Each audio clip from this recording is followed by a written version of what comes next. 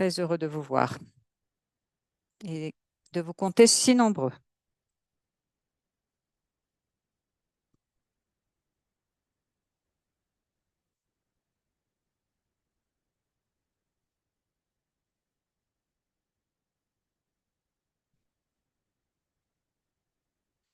Alors, je vois que le chiffre ou le nombre de participants ne fait que grimper. Donc, attendons quelques secondes encore.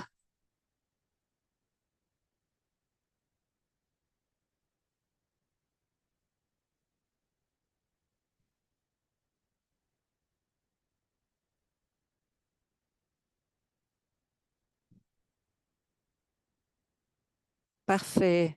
Nous allons démarrer.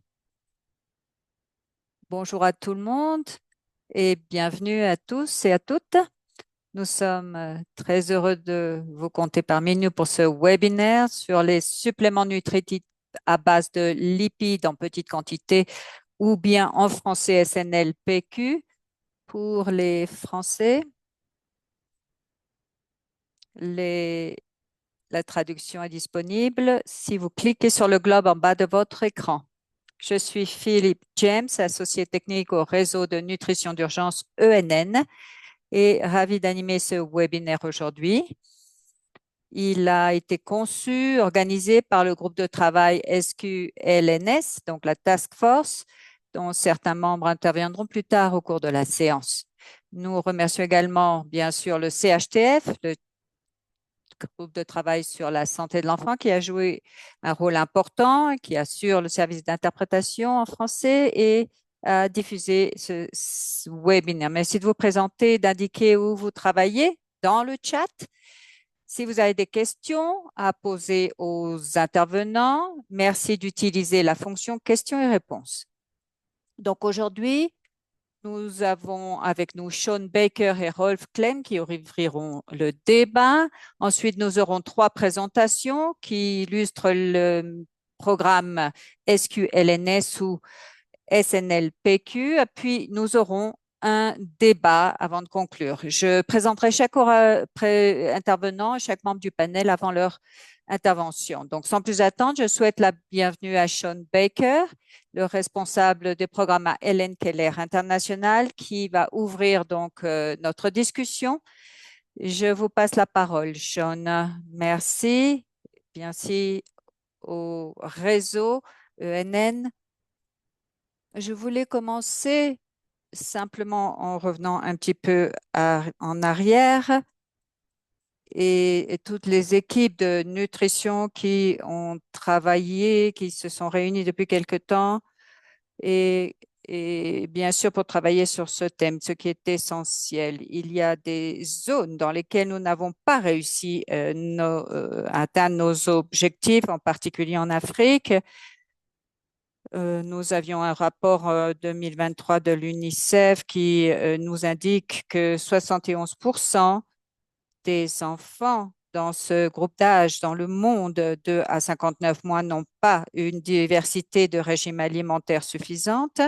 Et aussi, en ce qui concerne la pauvreté au milieu de la population infantile, est également encore important. 27% des jeunes enfants vivent dans une pauvreté alimentaire extrême et seulement ont accès à un ou deux groupes alimentaires, ce qui fait que ces enfants sont mal nourris ou sous-nourris.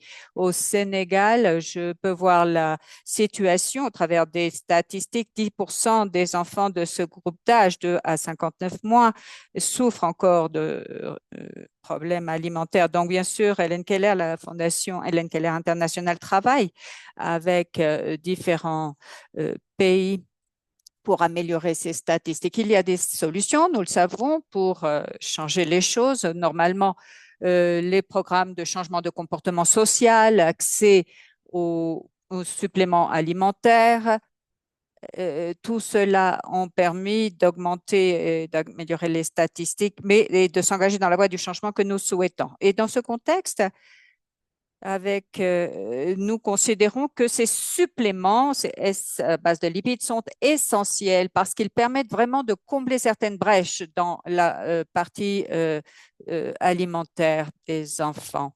Moi-même, j'ai travaillé à différentes études sous différents angles et quand on regarde les analyses qui proviennent de toutes ces études, c'est assez surprenant. On voit que ce supplément, cette supplémentation permet de façon importante de améliorer l'émaciation, le retard de croissance, à réduire les déficits dans le retard de développement des enfants et surtout 27% de réduction de mortalité infantile globalement parlant. Donc pour moi, c'était véritablement un outil, une solution essentielle. Et en outre, tous ceux qui travaillent dans ce domaine, les parents, les pourvoyeurs de soins, tout cela considèrent que c'est vraiment une solution simple et absolument efficace.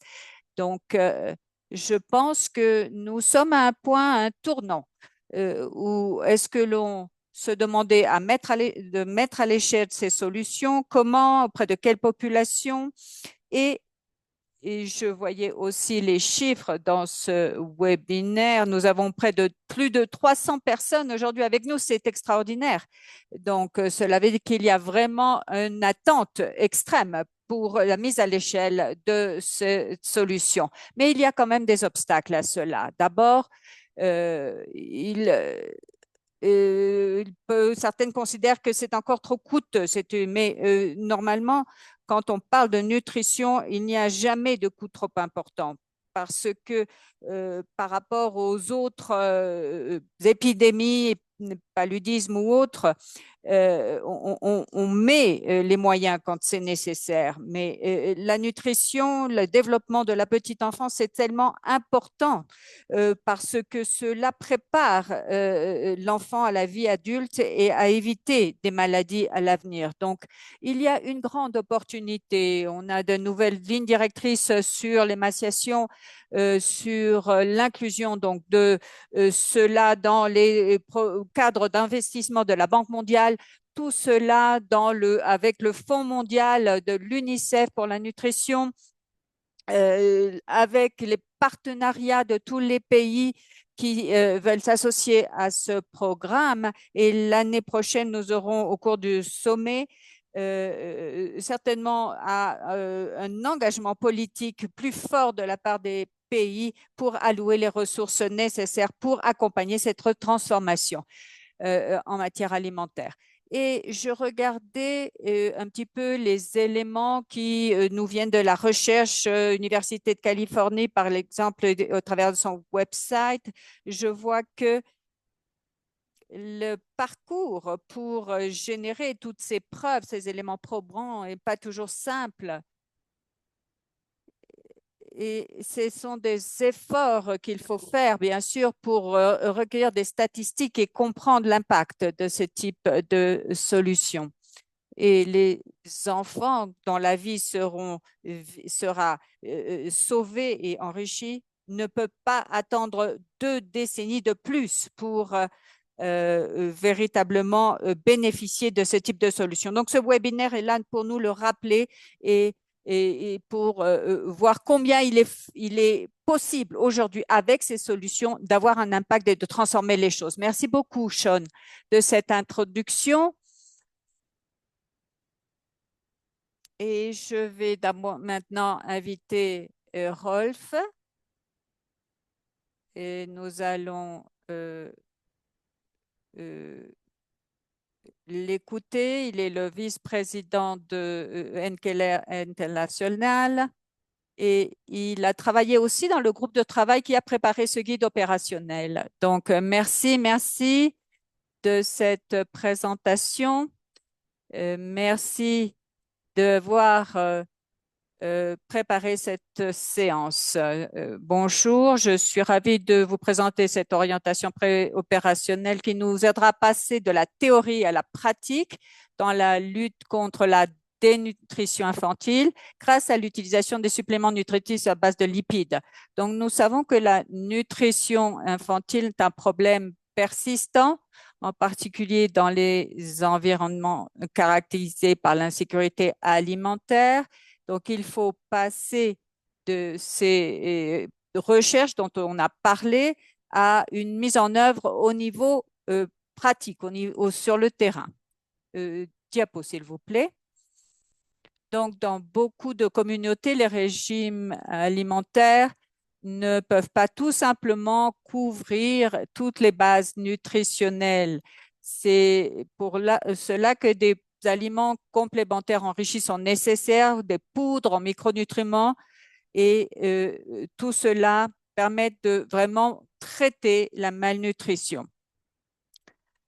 Donc, il faut prévenir la nutrition dans cette tranche d'âge des enfants de 2 mois à 59 mois. Donc, voyons ce que sont ces suppléments nutritionnels à base de lipides et pourquoi ils sont si efficaces pour prévenir la malnutrition.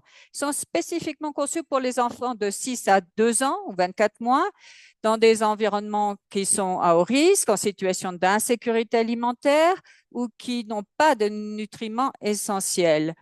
Donc, ça se présente sous la forme de petits sachets de 20 grammes, environ 100-120 calories ou 4 cuillères à café qui peuvent être mélangés à la nourriture de l'enfant consommée directement.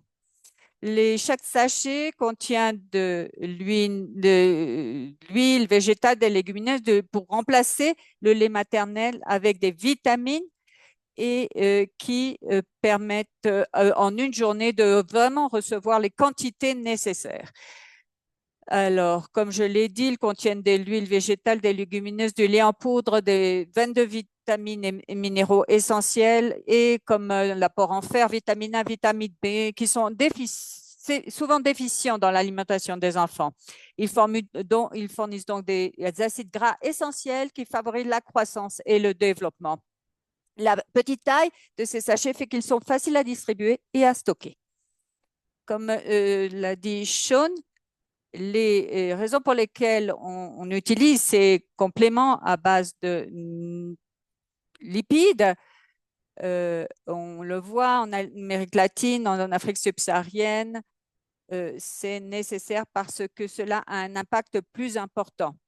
Les enfants dans ce groupe d'âge, ces suppléments stimulent la croissance, le développement et favorisent le développement physique et cognitif et aussi permettent d'améliorer la déficience en fer et aussi au niveau du développement mental. Donc, et cela aide également à faire reculer d'autres épidémies comme la malaria. Donc, une meilleure résistance aux autres maladies. Et bien sûr, tout cela accompagne le développement de la petite enfance, le développement moteur, le développement mental. Et cela, on peut le voir, il y a une réduction très importante de la mortalité infantile de 27%. Donc, il faut améliorer l'engagement de toutes les parties prenantes, les visites pour la distribution et vraiment permettre de travailler avec les autres services publics, vaccination, visites prénatales, postnatales, etc. Cela permet véritablement une meilleure intervention. Donc, cela permet d'avoir un rapport coût-efficacité bien meilleur pour la poursuite du programme. Donc, voyons ce document d'orientation. C'est un programme et un guide qui réunit toutes les bonnes pratiques pour la mise en œuvre et le suivi de cette solution, de ce programme.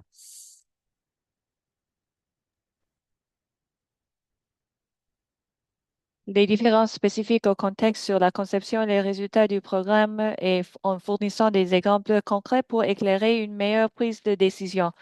Pour télécharger le document complet et explorer toutes les ressources qu'il offre, vous pouvez visiter le site web au bas de la diapositive. Alors, nous avons le document et ça, c'est l'implémentation, la mise en œuvre, la conception d'un programme SQLNS. Il y a des quatre étapes. Il y a vérifier les conditions préalables, intégrer les SQLNS, mise en œuvre et supervision et suivi pour suivre. Alors, nous allons en parler en plus détail. Alors,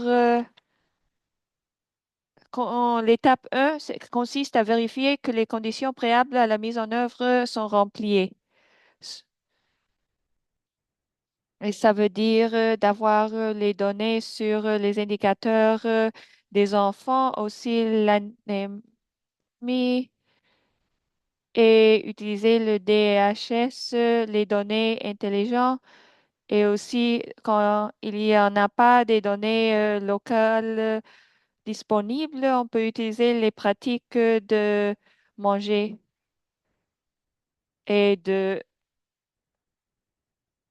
regarder les niveaux de sécurité de la nourriture dans les zones très hautes de sécurité. Ça, c'est où le SQLNS peuvent contribuer à la nutrition pour garantir que les familles ont accès à une nutrition suffisante. Et SQS, on peut l'utiliser pour aider les enfants. Aussi, vous avez besoin de reviser les politiques, d'examiner les politiques de santé, de nutrition aussi, et d'avoir des cartes, faire de cartographie pour euh, les gouvernements. Et vous avez besoin de collaborer avec les parties prenantes, avec le gouvernement, avec les ONG de leur dire comment ils vont bénéficier de cela et aussi d'avoir de l'aide de finances. Et l'importation et durabilité aussi.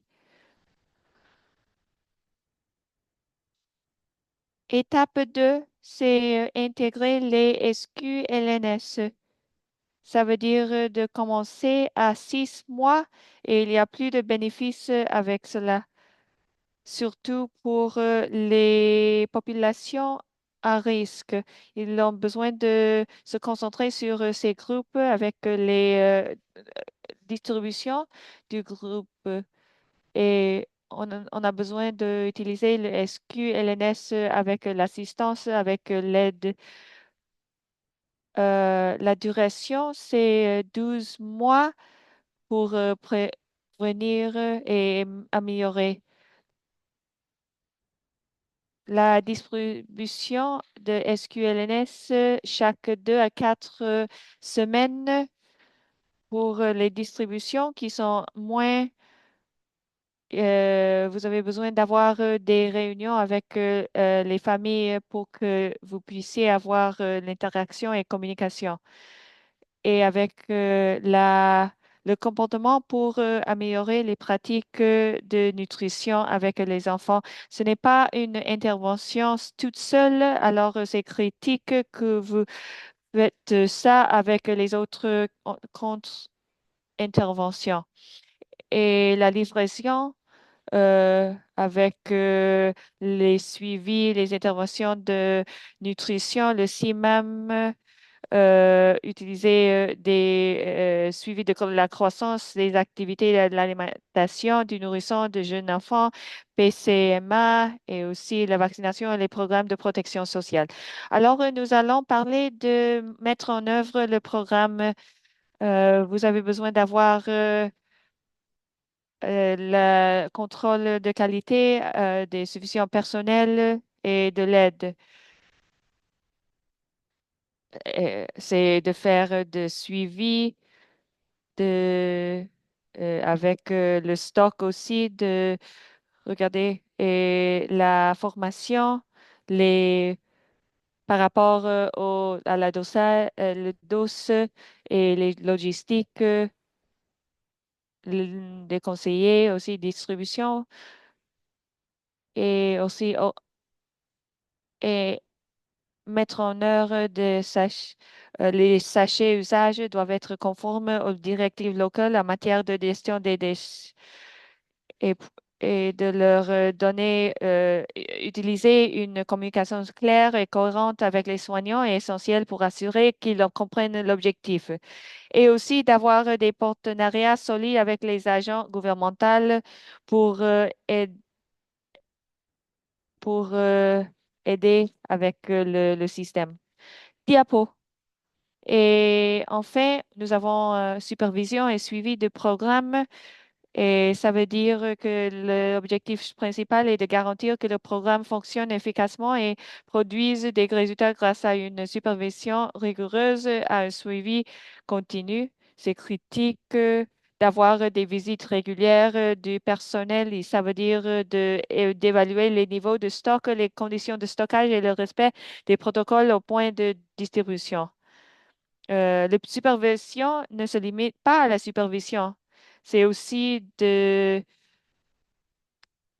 d'adresser, de remédier au faible taux d'adhésion, de résoudre des problèmes de gestion des stocks, des visites aussi pour avoir un impact maximal. Et aussi, c'est important de recueillir les commentaires des soignants. Nous sommes ravis d'annoncer que nous aimerions lancer une communauté de pratiques spécifiquement pour les praticiens et les responsables de la mise en œuvre des programmes qui intègrent activement le SQLNS dans un ensemble de services de base. Nous voulons avoir une conversation avec vous. Ça, c'est une plateforme pour partager les leçons et aussi des outils et de parler discuter des défis, des solutions, la supervision, le suivi. Et notre objectif est de consolider ces commentaires, de réviser les directrices opérationnelles et les partager avec vous. Si vous voulez, vous pouvez partager si vous êtes intéressé de participer, vous pouvez mettre vos informations ici. Et maintenant, je voudrais remercier le groupe de travail sur les directives opérationnelles des SQLNS et le Gates Foundation aussi et USAID. Merci beaucoup.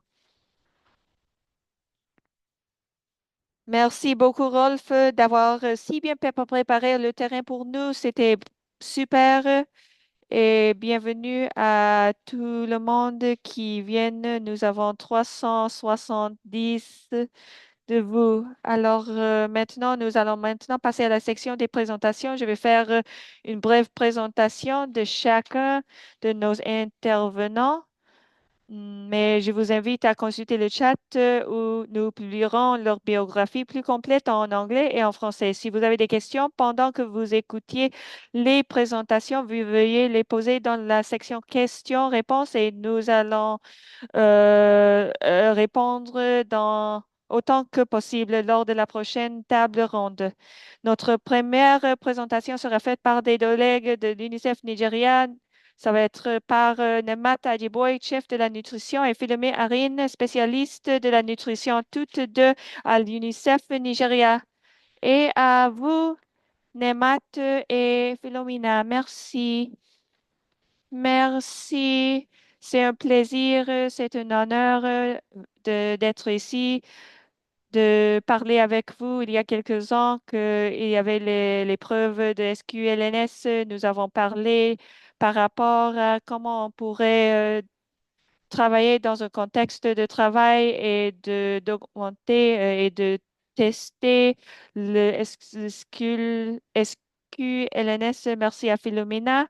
Elle est en charge de cela et nous allons parler d'une étude de cas sur l'expérience du Nigeria où on voit dans un contexte où on voit la malnutrition beaucoup de différentes formes et aussi les pratiques de nutrition. Merci pour le gouvernement pour financer le travail et je ris parce que le projet original s'appelait Parsnip et, euh, et ça a changé à C-Web.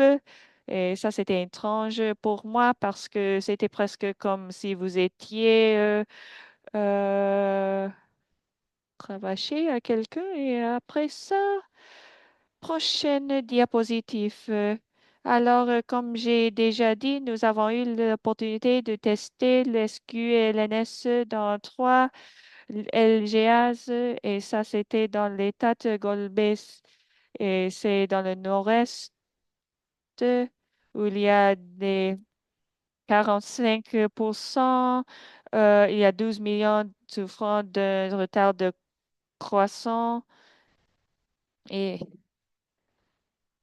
et c'est et il y a euh, 1 sur 3 des enfants qui ne sont pas allaités.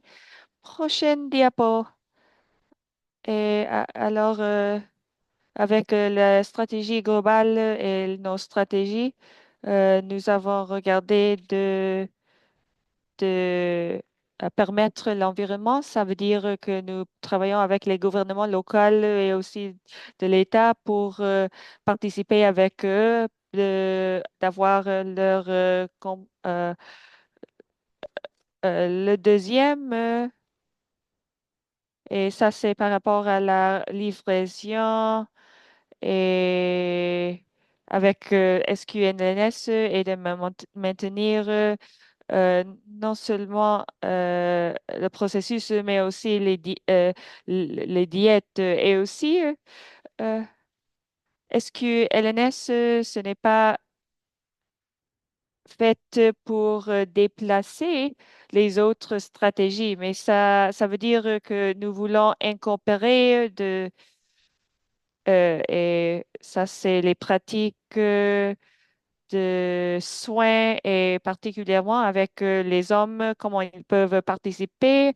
Et ça, c'est les stratégies clés qu'on a utilisées. Je Philomena va parler en plus profondis, mais nous avons pu tester le période de pilote. Ça, c'était entre 2021 et 2022, mai 2021 à octobre 2022. Le cible, c'était l'enfant de 6 à 23 mois, mais aussi nous avons vu le 6 à 12 mois. Ça, c'est critique parce que ça, c'est l'opportunité. On utilise la durée de 12 dosage de un sachet par jour et la fréquence de distribution toutes les 4 semaines pendant les journées. Et pendant la présentation, vous allez voir l'impact par rapport à ces processus. Merci. Prochaine diapositive, s'il vous plaît. Comme Neymar a dit, c'était une période d'un an. Ça, c'était mai 2022 à 2023. Pour les résultats, c'est de avoir un environnement favorable. euh, et nous avons le renforcement du comité d'État de l'alimentation pour, pour la nutrition. Et nous avons pu exploitation des partenariats avec le gouvernement et avec le secteur privé pour permettre une couverture efficace et de qualité des services et interventions en matière de nutrition. Et aussi de déblocage de dollars du gouvernement, 200 000 dollars de l'État de Gambie avec un financement de contrepartie équivalent de l'UNICEF pour intensifier les interventions nutritionnelles à fort impact. Est-ce que LNS a été livré par le système de santé et nous avons euh, enseigné 155 agents de santé, renforcement des capacités en matière de l'alimentation du nourrisson et des jeunes enfants en lien avec le SQLNS. et 30 volontaires communautaires, renforcement des capacités en matière de périmètre brachial dirigé par la famille en lien avec SQLNS et 30 agents d'agricoles, renforcement des capacités en matière de culture résistante au climat et jardinage à domicile. Et avec les diètes et les pratiques, basiquement, Alors, euh, nous avons pu travailler avec les groupes d'hommes pour former des communautés de pratique et également avec, au niveau des circonscriptions, avec des groupes donc, de soutien d'hommes pour que toute la question d'alimentation alimentaire soit prise en compte et on a pu mettre en œuvre des actions pratiques qui facilitent les choses. Diapo suivante. Alors, quand on parle de l'amélioration des interventions, on parle avec l'introduction du SNLPQ. Nous avons eu une augmentation de 300% dans les conseils en matière d'alimentation infantile et pour les jeunes, 6% de réduction dans les cas de diarrhée et 22% d'augmentation dans les cas d'allaitement exclusif sur cette même période observée. Diapo suivante. Nous avons des témoignages des bénéficiaires du projet pilote. Nous avons organisé des groupes de discussion et c'était vraiment intéressant de voir les réponses de la part des mères après l'administration de ces suppléments. Et on leur a demandé de décrire leur approche, leur expérience avec SQLNS. Ils ont dit que ils étaient informés et par les médecins, ils ont utilisé tous les jours, ils les ont mélangé avec la nourriture à donner à leur enfant et c'était sous forme plus liquide, donc plus facile à administrer et d'autres témoignages dans le même sens. Diapo suivante. Alors, quels ont été les défis, les enseignements tirés dans la mise en œuvre de ce projet? On a vu que les régimes alimentaires sont vraiment ancrés et ont un impact dans la pauvreté alimentaire des enfants. Donc, ces normes et ces pratiques actuelles. Donc, le délai d'approvisionnement aussi des suppléments était trop long. Et il y avait également une insuffisance des fonds pour répondre à la demande de ces suppléments parce que c'est un produit qui est vendu tout seul. Et donc, on a compris qu'il fallait augmenter la participation et l'intégration dans les autres programmes, comme cela a été dit, vaccination, enregistrement au moment des naissances, panique familiale, et encourager les mères à apporter leur carnet de vaccination lors des séances d'information sur l'alimentation des enfants. En termes d'enseignement tiré donc pour améliorer l'adhésion, l'acceptation et l'intégration de ces suppléments nutritionnels. Donc, durant ces séances, elles doivent apporter leur carnet de vaccination. L'adoption aussi de pratiques positives ont permis de responsabiliser les chefs communautaires, les chefs religieux, les pères en matière de changement de comportement, en particulier pour lutter contre les normes de genre préjudiciables. Et donc, on a vu qu'il est important de lancer la production locale pour faire face aux pénuries, en particulier dans l'approvisionnement du produit. Diapo suivante. Merci. Philomena, donc sur la base de tous ces défis, enseignements, on a voulu comprendre au niveau de l'UNICEF du Nigeria ce que cela pouvait signifier en termes d'amélioration de la programmation. Et Sean nous l'a dit, on a des problèmes de chaîne d'approvisionnement, on a des problèmes vraiment d'approvisionnement. Donc, s'il faut sécuriser les tranches de prix pour que le coût ne soit pas trop élevé et aussi assurer une production locale autant que faire se peut. Donc, ce produit est encore relativement cher comparativement aux d'autres produits, mais le gouvernement essaye de trouver des moyens pour, disons, se fournir auprès de prestataires ou de fournisseurs moins onéreux. Et on voit qu'ils veulent voient de toute façon les bénéfices, les avantages tirés d'une telle programmation et de l'intégrer dans les autres programmes. Il faut aussi considérer c'est un complément, un supplément pour et dans le cadre d'autres efforts de système alimentaire pour l'enfance. Quand on regarde les innovations, l'amélioration de l'allaitement, les autres documents de lignes et guides et lignes directrices, tout cela doit être diffusé.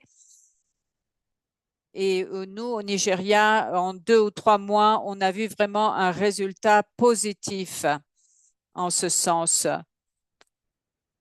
Et aussi avec l'aide du gouvernement pour l'approvisionnement au niveau national.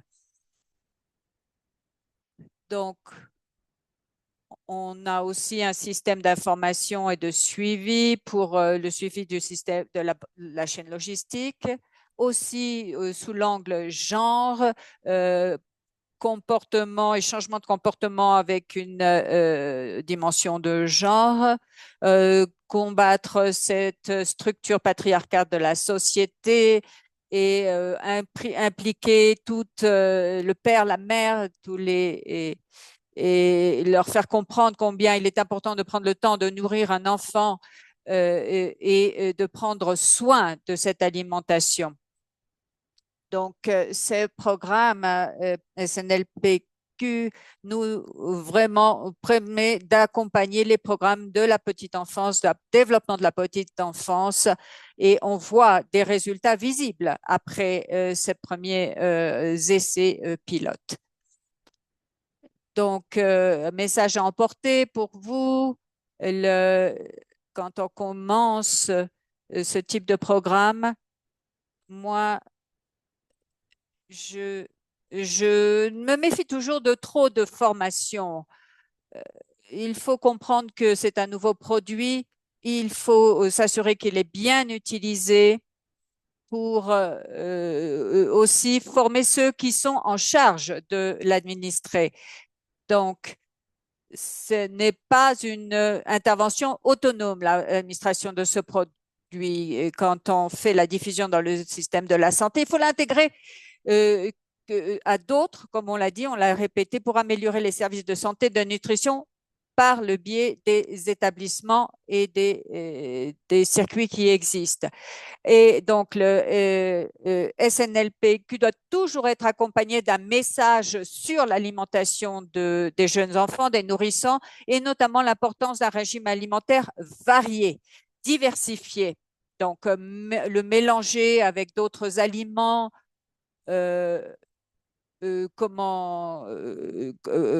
au lieu d'apprendre à l'enfant à l'absorber directement, le mélanger pour maintenir cette diversité. Et on a vu, bien sûr, qu'il contribue à améliorer le régime alimentaire. Il faut donc tenir compte de cet aspect. C'est un outil, un point d'entrée pour véritablement relever le défi de la pauvreté alimentaire dans ces pays. Et comme l'a dit Philomena, je ne sais pas si elle va ajouter quelque chose. Alors, l'un des aspects à noter, je crois, mis à part l'approvisionnement, c'est qu'il faut renforcer le système communautaire. Et nous avons les systèmes, par exemple, de mesure du périmètre brachial. Nous avons d'autres systèmes de suivi, carnet de santé. pour que l'enfant ne rentre jamais dans la zone rouge, dans la zone trop basse du tableau de croissance. Et donc, comment travailler avec tous les partenaires pour renforcer les systèmes et faire cet accompagnement et ce suivi de l'enfant pour qu'il soit toujours sur la courbe moyenne de croissance. Et alimentation avariée avec fruits, légumes et eau. Donc, combinaison de solutions. Merci à vous. Merci Nemat, Philomena, de nous avoir donné une vue d'ensemble aussi riche de tout le travail que vous faites dans votre pays de façon et des messages très clairs. Je sais que vous êtes très occupés, vous voyagez beaucoup également. Nous allons maintenant passer à notre deuxième présentation qui sera faite par Bana Abou-Joudé. Elle est coordinatrice nutritionnelle pour le programme GOAL en Syrie et va nous parler depuis la Jordanie aujourd'hui. Merci Bana, c'est à vous. Merci, c'est un plaisir d'être ici avec vous. Suis donc coordinatrice de la nutrition du programme GOAL en Syrie. Je vous parlerai de notre expérience sur le terrain et la mise en œuvre de l'expérience SNLPQ dans le nord-est de la Syrie. Alors, pourquoi est-ce qu'on utilise ce produit en Syrie? Comme vous le savez, ce pays connaît plus de 12 ans de conflit, plus d'une décennie, et nous avons donc une situation d'urgence continue, de crise constante, aggravée par des tremblements de terre qui ont été dévastateurs en février 2023, d'autres situations d'urgence, de déplacement interne à cause de raisons de sécurité. Les enfants, les femmes représentent à peu près 80% de la population. 70% sont en situation d'insécurité alimentaire, 3 millions de personnes. Donc, on voit que la malnutrition est aiguë et chronique. 20% des enfants sont des retards de croissance. Près d'un enfant sur 4. On reconnaît également la carence en micronutriments avec des anémies fériprives qui touchent 50% des femmes et des enfants. Donc, la moitié. Diapo suivante.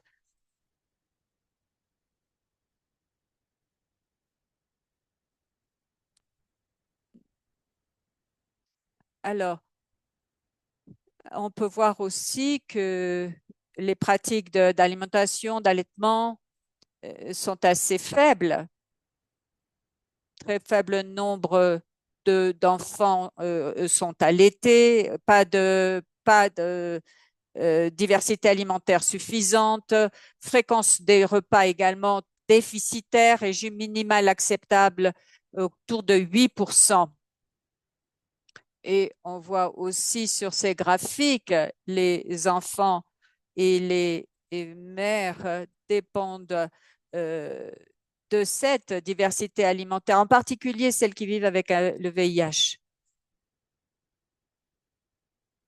Alors, pourquoi vraiment recourir à ce produit de supplément?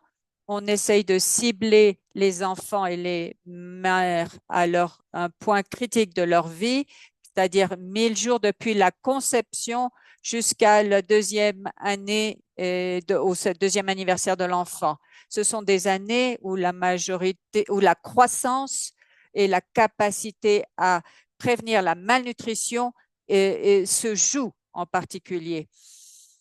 Et il est nécessaire d'appuyer et de réduire la malnutrition, les carences en micronutriments et l'impact de la sécurité alimentaire. Donc, ces sachets, ces produits sont bien acceptés dans les communautés. Ils sont faciles à diffuser, à transférer ou à distribuer et n'ont pas une date de péremption trop rapide. Donc, ça, c'est très important, la manière dont ils sont conservés, le conditionnement, les paquets, les petits sachets, et qui fait qu'ils sont peu exposés aussi à la contamination et aux problèmes WASH. Donc, ça, c'est un aspect de produits de l'eau, l'assainissement et l'hygiène sont des problèmes essentiels dans les camps de réfugiés en particulier. Donc, la distribution des sachets permet d'éviter tous ces problèmes de contamination au contact avec les mains en particulier. Alors, où est-ce qu'on pourrait concentrer par rapport à ces produits? Alors, nous essayons d'avoir la gravité, selon la gravité de l'insécurité alimentaire la plus élevée, gravité de la nutrition la plus élevée, malnutrition et aussi les taux de malnutrition aiguë globale et anémie ferriprive les plus élevés. Diapo?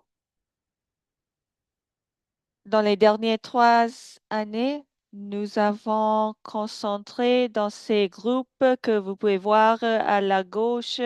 En bas, vous pouvez voir Teleto et vous pouvez c'est Aleppo. Et nous avons pu travailler dans 20 endroits. Diapo. Comme vous pouvez voir, 2024-2025, nous allons travailler. Nous allons avoir une couverture plus ample géographiquement, et nous allons avoir des différents endroits à l'époche. Et ça, c'est parce que nous avons plus de plus et ça a changé le mécanisme et les fournitures, ce sont in kind, ça c'est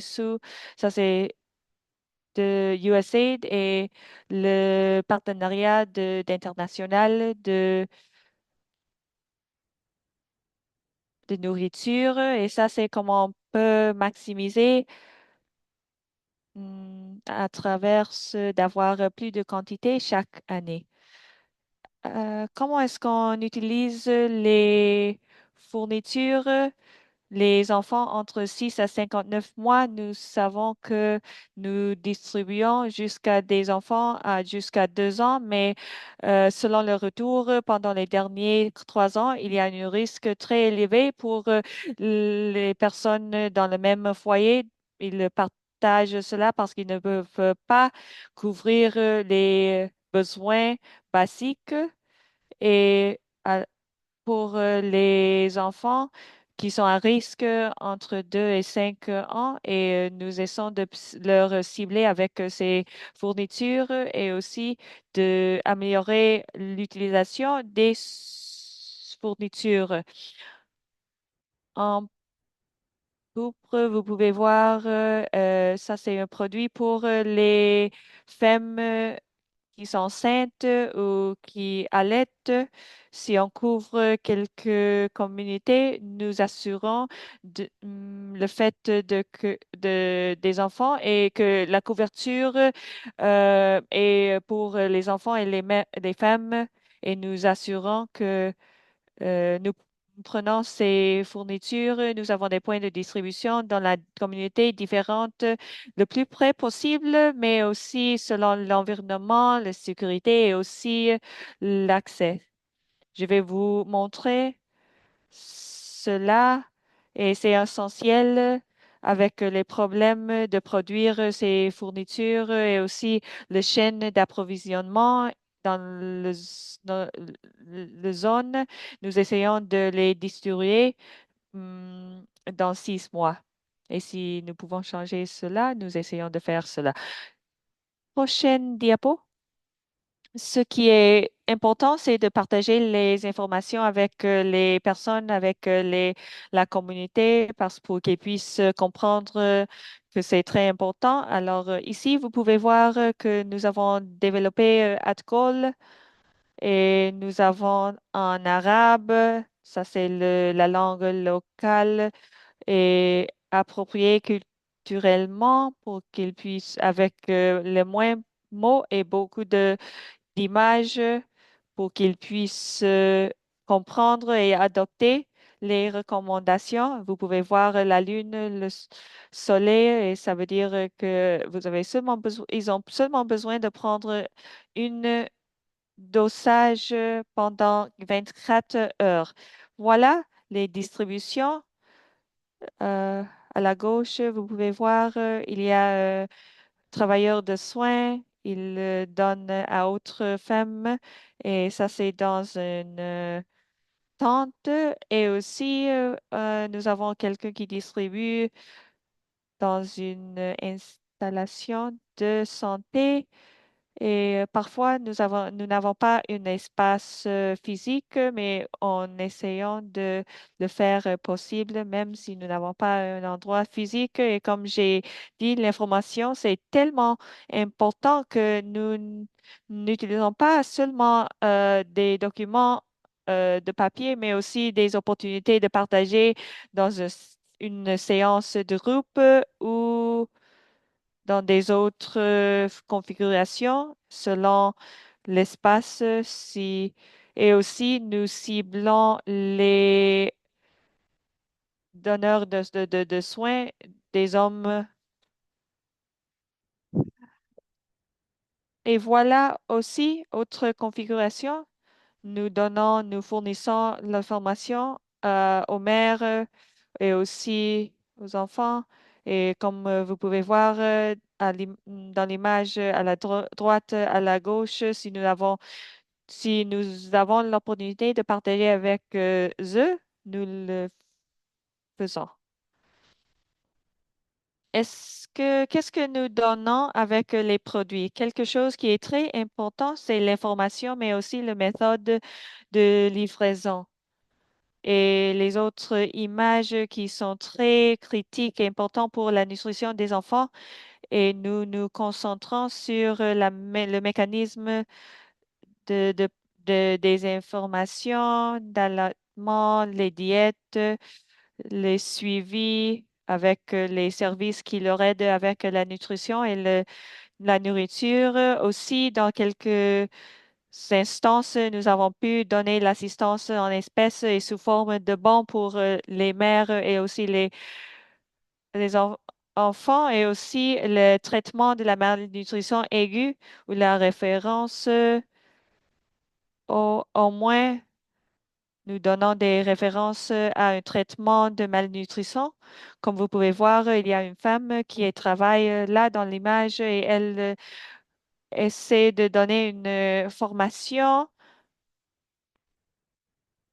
pour faire un suivi avec la progression de périmètre brachial de la santé, qu'il ne tombe pas dans un rang de risque de malnutrition. Et si c'est le cas, il sait quoi faire.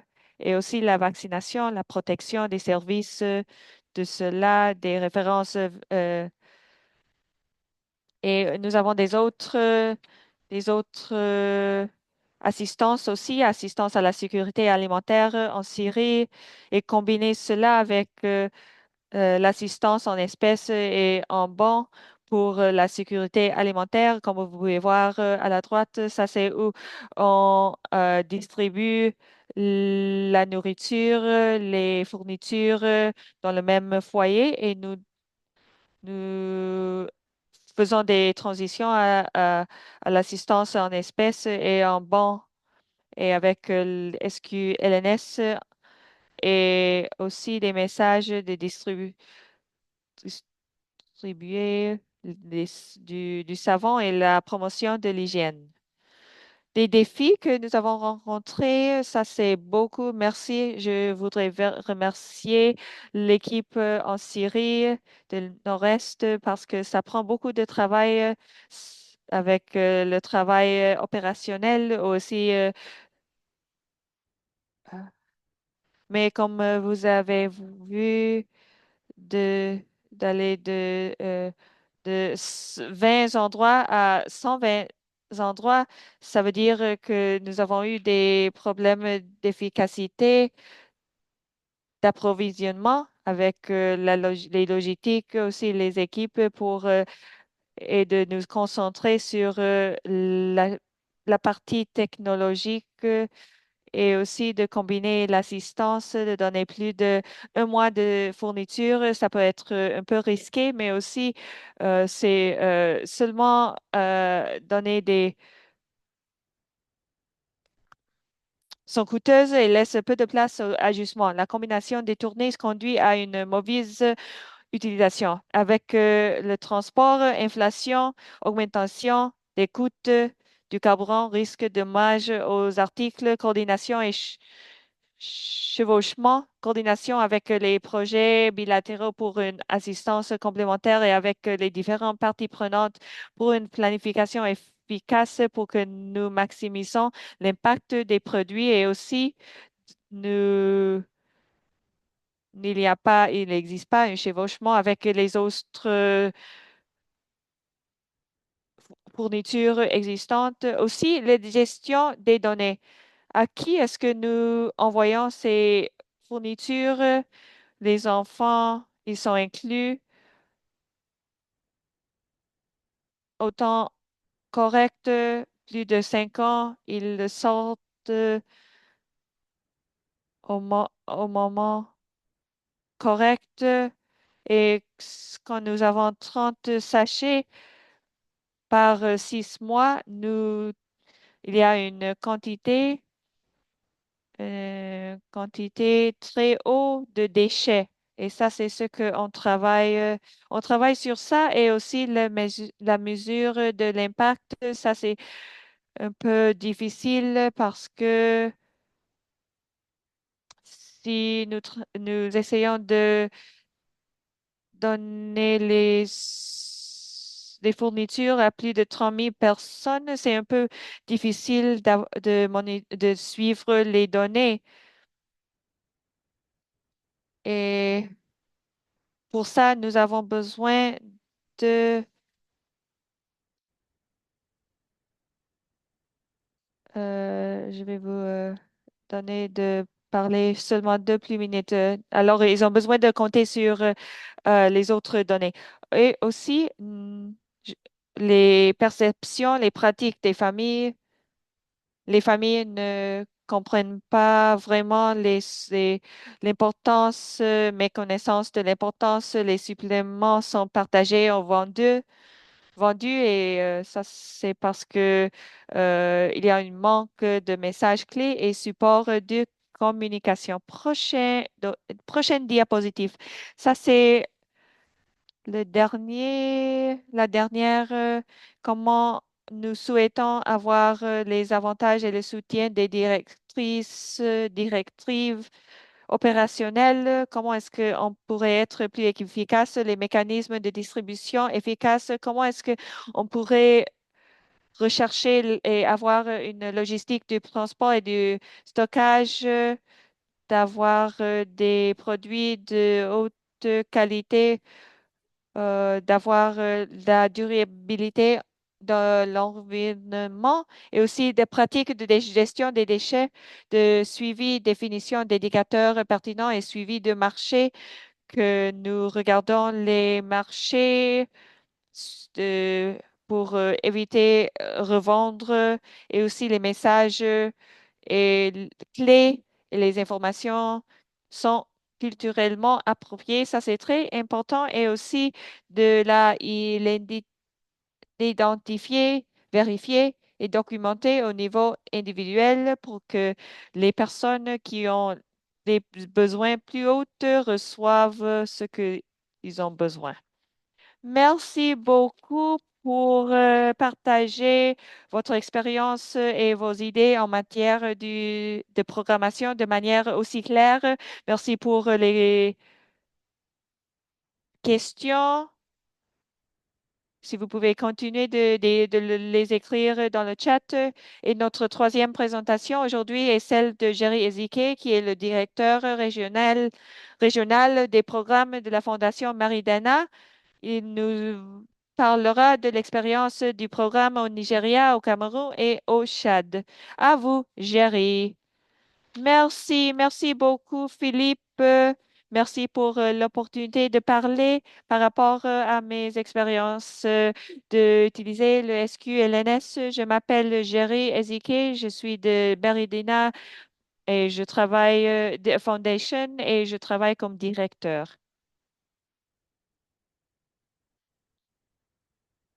Alors, quelques éléments sur notre fondation. Nous voulons éradiquer la malnutrition et la faim dans le monde par le biais d'interventions humanitaires. Nous avons distribué plus de 55 millions de repas et de suppléments à ce jour et nous travaillons de façon intersectorielle, comme vous le voyez sur ce schéma.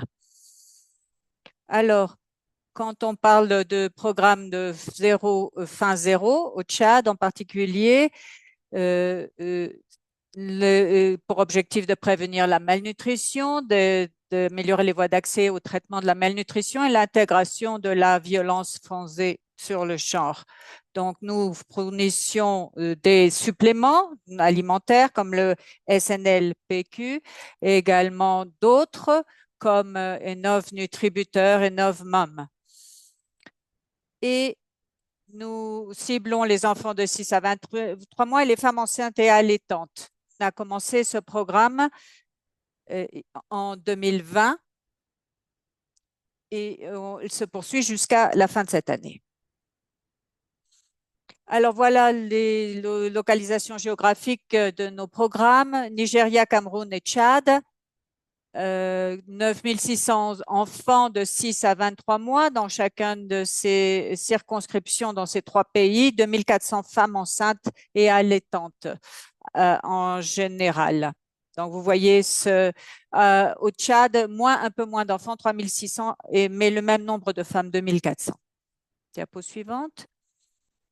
Alors, le contexte, donc ce sont des jeunes en conflit avec des hauts niveaux d'insécurité, de besoins alimentaires et nutritionnels, donc de déplacement et d'affectation des effets du changement climatique. Nous avons aussi beaucoup de situations de retard de croissance, d'émaciation et nous travaillons néanmoins avec d'autres programmes, IMAM, MNP et autres, sur tous ces aspects de retard de croissance, carence en micronutriments, pardon.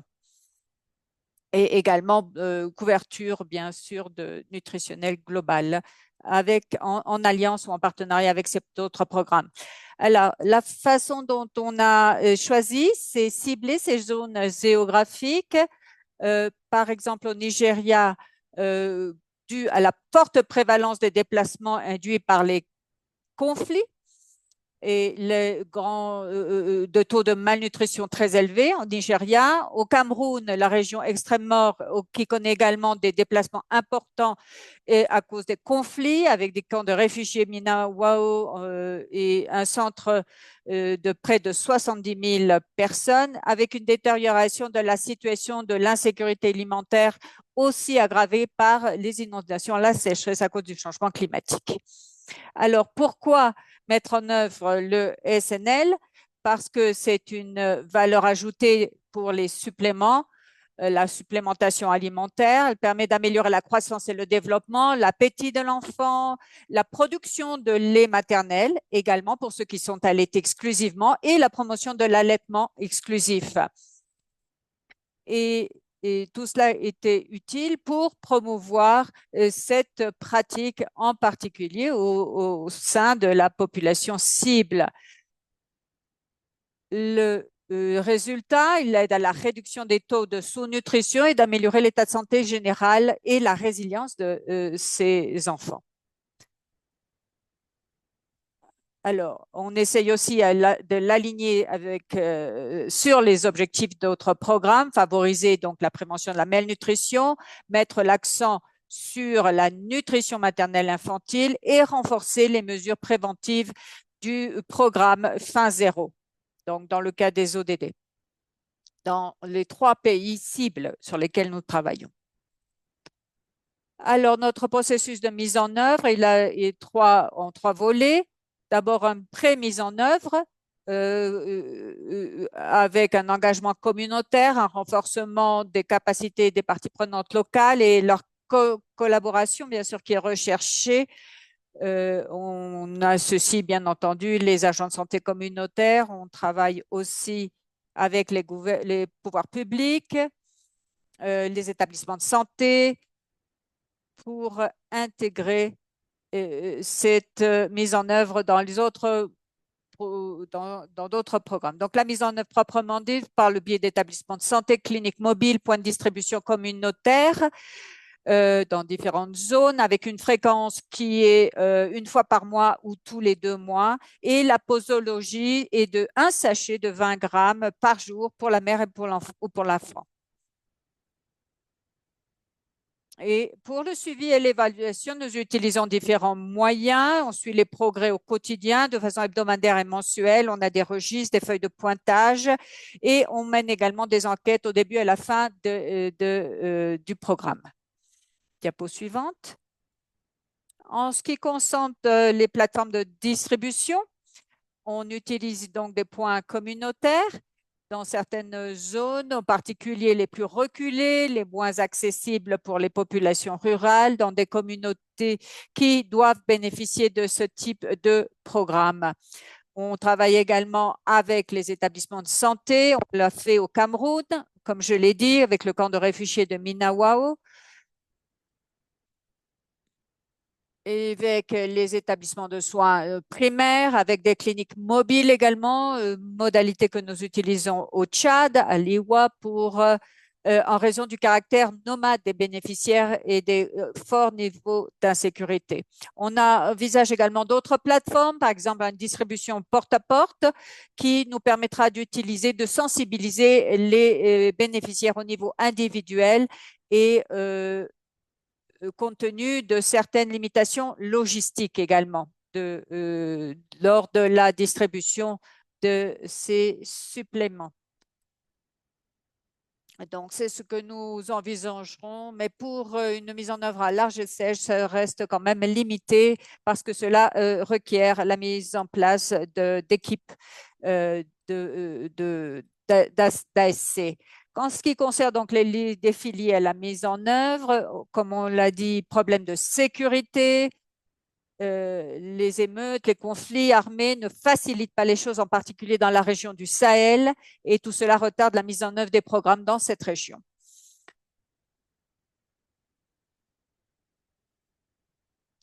Également, au niveau de l'acceptation de l'adhésion des communautés, parfois ils ne respectent pas la dose qui sont recommandées. Les membres des familles consomment des suppléments à la place des bénéficiaires ou des enfants ou sautent certes le dosage ou la posologie.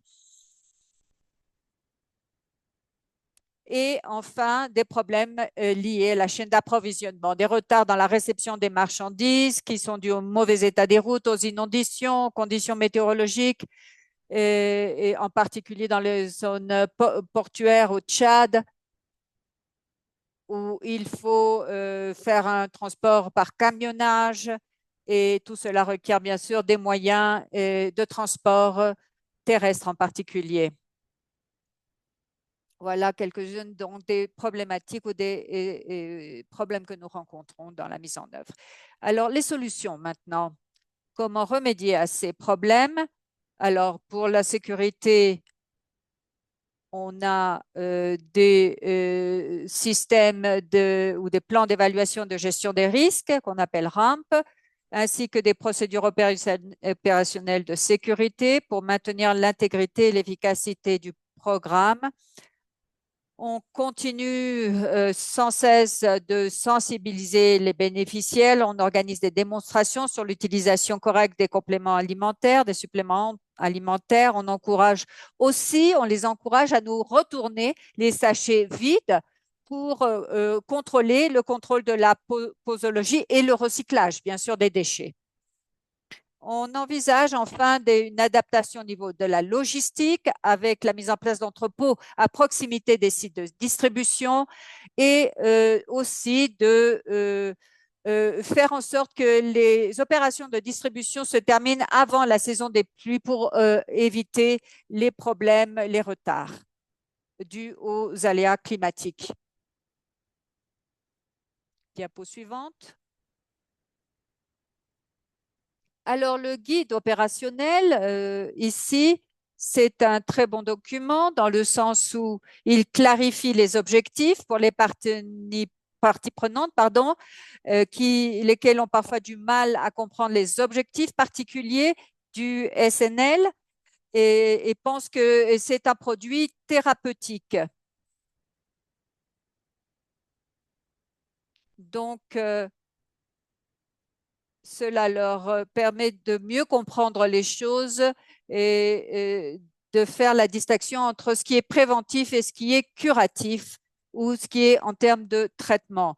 Nous avons également des programmes de formation du personnel, un manuel de formation qui est destiné donc aux agents de santé, bénévoles, qui garantira donc une meilleure distribution logistique, le suivi et la communication avec les parents en particulier. Et finalement, des recommandations pour les femmes enceintes et les femmes allaitantes. Alors, activités complémentaires que nous avons menées dans le domaine, par exemple, de la nutrition de la mère, du nourrisson, du jeune enfant, avec de mise en place de groupes communautaires de soutien aux mères et des démonstrations culinaires, par exemple, avec des interventions de ce type, des activités axées sur la promotion de l'hygiène, l'assainissement pour la prévention, par exemple, du choléra. Nous avons également ensuite des activités de promotion sanitaire pour les femmes enceintes et les services de soins prénatal pour veiller à ce que les enfants, par exemple, suivent bien le programme de vaccination qui leur est conseillé.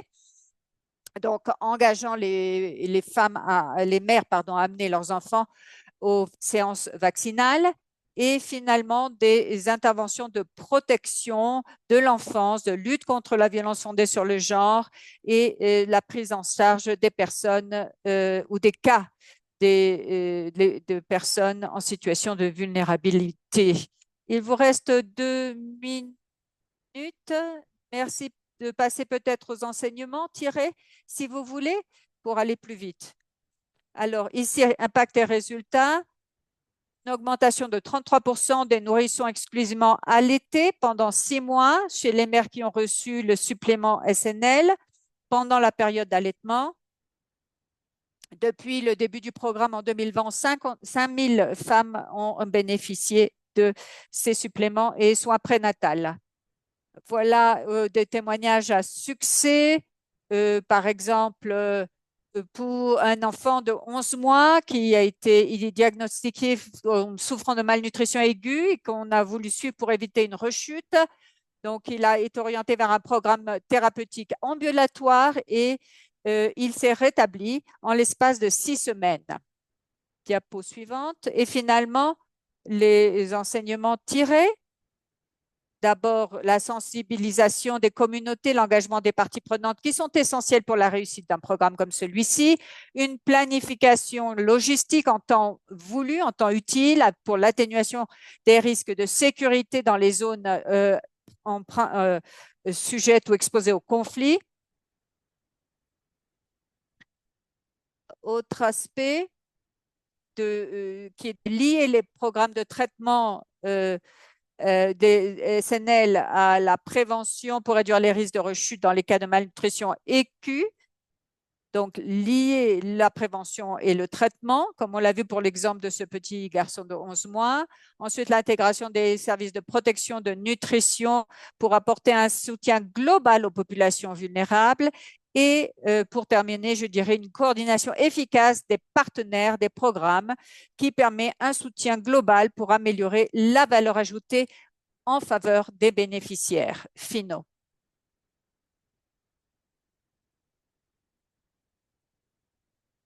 Parce que cette synergie est essentielle pour une valeur ajoutée véritablement dans le cas de programmes comme ceux-ci qui sont un caractère complémentaire par essence. Merci, merci Jerry d'avoir partagé avec nous tous ces défis, solutions, enseignements tirés de la région. Nous allons maintenant passer au panel de discussion. Je vais vous demander de garder toutes vos questions et demander aux intervenants d'activer leur caméra pour se joindre à moi sur l'écran. Ensuite, je voudrais vous présenter deux autres intervenants. Nous avons avec nous Céline Zungo, qui est épidémiologiste au ministère de la Santé du Burkina Faso. Bienvenue Céline. Et nous avons aussi Dr Atanga Irene, qui est référente médicale à l'Alliance pour l'action médicale à Lima. Cet espace sera animé par Christine McDonald, professeure associée à l'Université de Californie à San Francisco et membre du groupe de travail SQLNS. Céline parlera en français, donc pour écouter l'interprétation en anglais, cliquez en bas sur le globe et choisissez le canal anglais. Merci beaucoup, Phil. Et merci pour les intervenants aussi pour leur étude de cas. Et ma première question, c'est pour Céline. Comment est-ce que le gouvernement a travaillé avec le Banque mondiale pour intégrer les NLPQ dans les programmes de nutrition? Ok, merci d'avoir associé le Burkina Faso à ce panel. En rappel, il faut dire que le Burkina a mis en œuvre la supplémentation en SPLNS au profit des enfants de 6-23 mois au Burkina depuis 2022 grâce à l'appui technique et financier de la Banque mondiale à travers donc le projet de renforcement du système de santé. De 2022 à 2023, le Burkina a couvert 3 régions sanitaires sur 13 régions que compte le pays. Et de nos jours, 4 régions sont concernées par la supplémentation en SPLNS au profit des enfants de 6-23 mois. Comment avons-nous concrètement procédé? Il faut dire qu'après avoir bénéficié de la formation sur le guide d'orientation de la stratégie LNS, SQLNS, et ayant bénéficié des acquisitions des intrants SQLNS, nous avons d'abord fait une analyse des plateformes d'offres de prestations de services de nutrition au niveau pays pour voir les plateformes qui sied au mieux. Ainsi, au niveau de la première région, nous avons identifié la consultation du nourrisson sain parce que la consultation du nourrisson sain couvre les enfants de 2 à 59 mois et couvre largement la cible des enfants SQLNS. Et nous avons donc réalisé cette mise en œuvre dans 192 formations sanitaires dans cette région. Tenant compte également du contexte sécuritaire que vit le pays, dans les 2 autres régions, nous avons identifié des plateformes communautaires telles que les groupes d'apprentissage et de suivi des pratiques optimum d'âge qui regroupent 15 à 20 femmes autour d'une thématique de nutrition pour faire la promotion de l'alimentation du nourrisson sain. Et ces groupes sont animés par des agents de santé à base communautaire. Et profitant de ça, également assurer le dépistage de la malnutrition aiguë. Donc, ces 2 plateformes ont été identifiées pour pouvoir mettre en œuvre, donc, intégrer la supplémentation en SQLNS des enfants.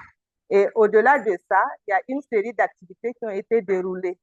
La première activité, c'était de pouvoir orienter donc les acteurs du système de santé ainsi que les partenaires pour discuter et présenter donc le choix du Burkina Faso par rapport donc à ces zones d'intervention et des modalités.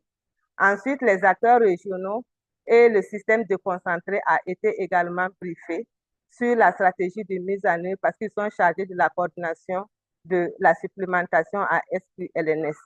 Ça n'est suivi donc le renforcement de compétences des agents de santé qui sont en charge d'assurer cette supplémentation lors de la consultation nourrisson sain, intégrant bien sûr les conseils sur l'alimentation du nourrisson et du jeune enfant, le dépistage de la malnutrition et le suivi de la croissance. Les agents de santé à base communautaire ont également été capacités pour pouvoir donc assurer cette supplémentation au cours donc de ces cadres de rencontres avec ces groupes de femmes, d'enfants, de groupes d'enfants, de mères d'enfants de 6 à 23 mois.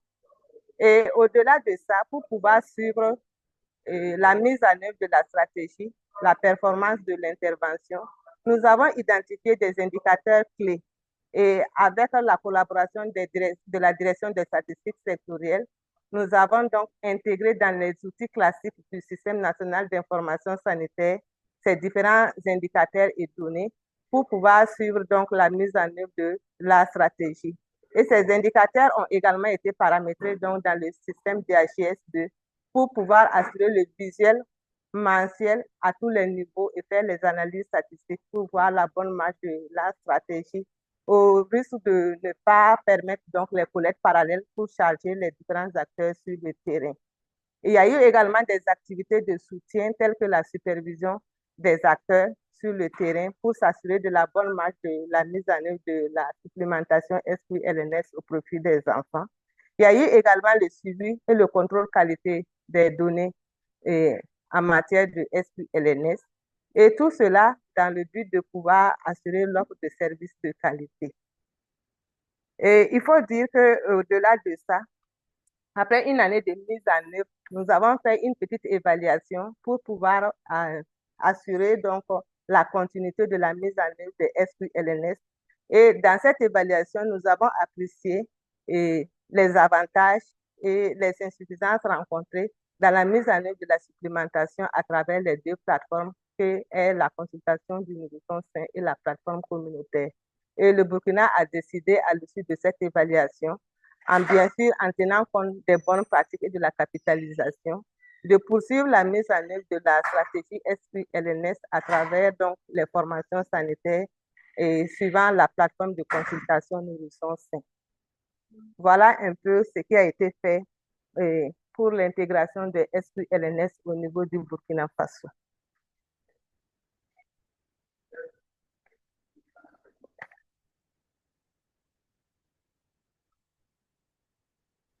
Merci beaucoup. C'est utile d'avoir des conseils de Burkina Faso. Je vais demander à Dr. Irène. Je comprends que les directrices opérationnelles des SNLPQ ont influencé vos procédures de distribution des SNLPQ dans l'essai contrôle randomisé en grappe Nutrivax d'aliments en cours dans l'État de Yobe au Nigeria. Est-ce que vous pouvez décrire un petit peu par rapport à Nutrivax et comment les directrices opérationnelles, le guide vous a aidé? Bonjour à tous. Merci beaucoup pour Christine pour la question. Je suis très heureuse de parler de cela. Alina a dit pendant les derniers 2 à 3 années, a développé beaucoup d'intérêt par rapport à SQLNS à cause de l'efficacité pour réduire le taux de malnutrition et aussi d'être une organisation que nous faisons des interventions nutritionnelles pendant les derniers 2 ans. Et j'ai travaillé dans 2 programmes. Le premier, nous avons supplémenté les premiers 1 000 jours de la vie pour les mères et l'enfant et pour les mères et les femmes allaitantes et enceintes et les enfants entre 6 à 23 mois. Pour le programme SQLNS, nous étions très heureuses parce que ça a commencé avec le guide. Ça a commencé comme un manuel pratique et l'investigateur principaux à utiliser cela avec les points et à utiliser le SOP pour l'implémentation, la mise en œuvre de SQLNS dans le NutriVox. Avec les autres programmes, le programme que j'ai fait en 2023, quand nous avons eu beaucoup de défis et le directrice nous a aidé beaucoup dans le projet, dans la mise en œuvre du projet de NutriVox parce que ça a été mis en œuvre dans un endroit humanitaire. Alors, qu'est-ce que ça dit le guide? Le guide, ça nous donne pas à pas, étape par étape, et nous sommes rendus compte en utilisant le guide avec les défis pour établir des collaborations très fortes avec le ministère de Santé publique, avec tous les partenaires.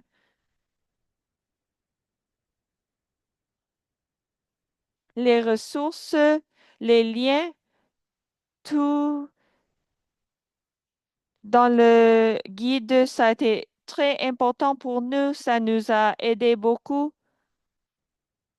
avec les autres collègues aussi, avec les partenaires UNICEF, les partenaires ONG et la mise en œuvre des tous les partenaires mm, qui utilisent le programme et avec le programme de vaccination routine et les tests efficacité pour augmenter la couverture des vaccinations. Ça a été très bon et avec les défis, avec les d'autres programmes où Alima a mis en œuvre le SQNLS avec, il y avait beaucoup de défis. Dans le dernier programme, nous avons eu des défis avec l'importation parce que nous étions très naïfs. Nous n'avons pas pris le temps de lire par rapport des politiques dans le pays et ça a causé un problème de stockage et ça, le dernier nous a aidé avec les temps d'échéance. Votre connexion, c'est un peu, ce n'est pas vraiment sta, euh, nous avons entendu presque tout ce que vous avez dit. Nous n'avons pas beaucoup de temps, alors je voulais continuer rapidement. Merci pour partager vos informations par rapport au programme Nutrivax et les valeurs de documents, de guides opérationnels de SQLNS. Je vais prendre quelques plus de un ou deux questions en plus. Il y avait des questions pour Philomena et Nemat par rapport à la production locale de SQLNS en Nigeria. Est-ce que vous pouvez commenter, donner vos commentaires, vos expériences par rapport à la production locale et comment ça a été développé?